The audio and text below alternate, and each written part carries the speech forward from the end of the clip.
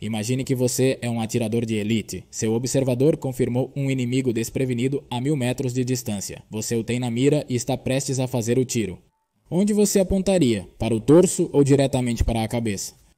Ou, por lógica, alguém poderia pensar que o torso é uma péssima ideia. Normalmente, os soldados usam armadura que, embora possa ser insuficiente para deter nosso projétil de alto calibre, ela poderia reduzir significativamente a força do projétil, dando ao nosso inimigo muitas chances de sobreviver. Por lógica, alguém procuraria mirar em uma área onde, ao receber o projétil, o inimigo seja eliminado instantaneamente, como a cabeça.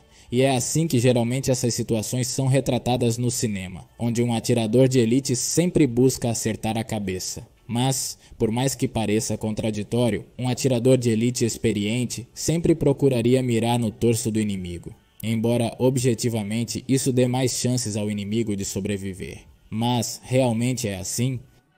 Um tiro na cabeça é realmente mais letal do que um no peito? E em quais outras circunstâncias os atiradores de elite miram na cabeça? Lembremos de algo importante sobre o trabalho de um atirador de elite. É um trabalho de extrema precisão e muita dedicação. Há muitos fatores aos quais uma equipe de atiradores de elite deve se atentar antes de efetuar um disparo. Primeiro, eles devem chegar a uma posição de tiro, infiltrar-se no território inimigo sem serem detectados.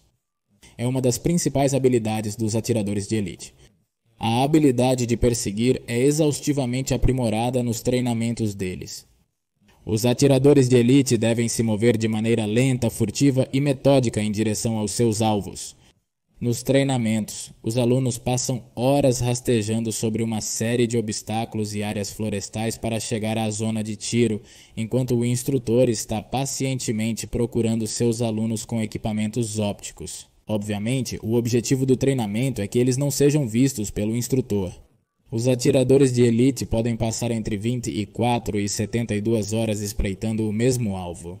Além de chegar ao local de tiro, a equipe de atiradores de elite deve estar em uma zona segura e muito bem camuflada para evitar ser percebida pelo inimigo. Você consegue ver o atirador de elite nesta imagem? Não, ele está aqui. E agora, você consegue ver o atirador de elite?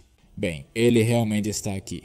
Como você pode ver, a camuflagem é algo que os atiradores de elite têm muito desenvolvido e, sempre que necessário, costumam se vestir para a ocasião, geralmente com o popular traje ghillie. Mas, concentrando-nos no tiro, há muitos fatores que podem afetar isso. A gravidade afeta grandemente os projéteis no ar, fazendo com que eles experimentem uma queda que aumenta com a distância. O efeito Coriolis é um dos problemas que mais afeta o projétil e, basicamente, é o efeito da própria rotação da Terra sobre o projétil, fazendo com que este se desvie de sua trajetória prevista.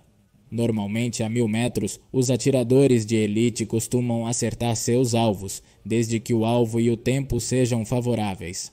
Mas, no caso de falhar, não é raro que os atiradores de elite façam rapidamente correções na trajetória, levando em conta o primeiro tiro para assim acertar o alvo antes que este fuja da cena.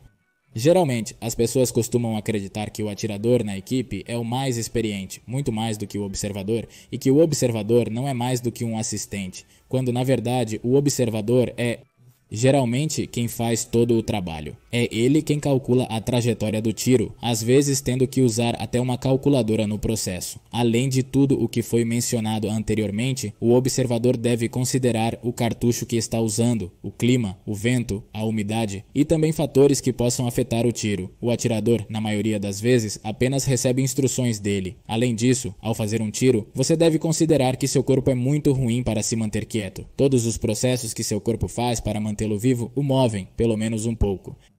A respiração e até mesmo os batimentos cardíacos são realmente prejudiciais para o tiro de precisão.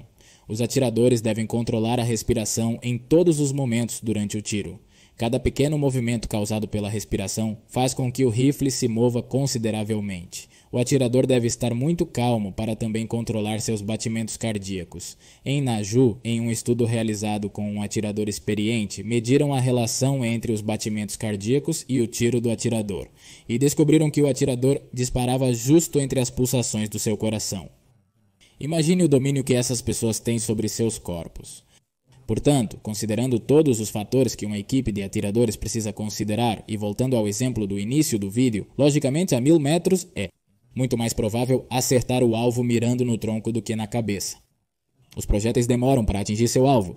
Por exemplo, se você disparar uma M24 SWS a 1000 metros do alvo, considerando que sua velocidade de saída é de aproximadamente 850 metros por segundo, o projétil poderia levar cerca de 1,2 segundos para atingir o alvo. As cabeças são pequenas e, como qualquer extremidade, se movem muito. Em 1 ou 2 segundos, o alvo pode mover a cabeça, mudando de posição e fazendo com que o tiro falhe. A situação piora se o alvo estiver em movimento, andando, correndo ou em um veículo. Por isso, sempre que possível, os atiradores de elite miram na parte superior do tronco. O tronco é o centro de gravidade do corpo. Um tiro no tronco é suficiente para derrubar o alvo, deixando-o fora de combate, além de ser uma área vital para o corpo. No caso de ter blindagem, da mesma forma, o choque do tiro pode deixar o alvo fora de combate.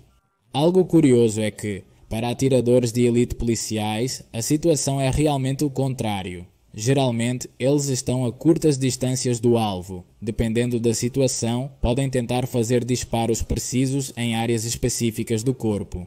Por exemplo, podem mirar na cabeça em uma situação de refém, que é muito comum para eles, onde é necessário eliminar o alvo imediatamente. Também há situações em que o atirador busca apenas incapacitar o inimigo, ou em que eles estão lá apenas para reconhecimento, informando seus superiores sobre as ações do inimigo. Portanto, para um atirador policial, tudo sempre é circunstancial e depende das necessidades do momento.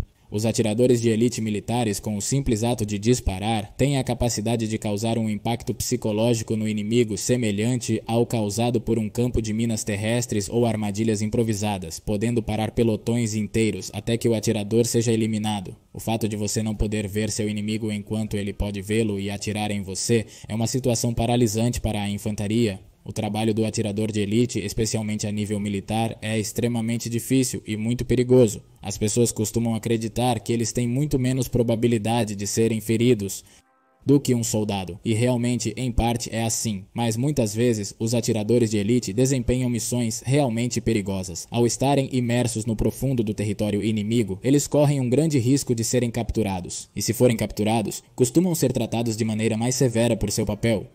Os atiradores de elite representam menos de 0,5% do total das tropas do exército americano. São soldados de elite que recebem um treinamento mais especializado do que o comum, por isso, são alvos de alto valor. Em conclusão, quando você assistir a um filme de atiradores de elite e ver que eles acertam tiros na cabeça do inimigo, você poderá dizer aos seus amigos que realmente tudo isso é falso. Muitíssimo obrigado por assistir a este vídeo. Lembre-se que isto é Guns Club. Inscreva-se para mais conteúdo assim e nos vemos na próxima.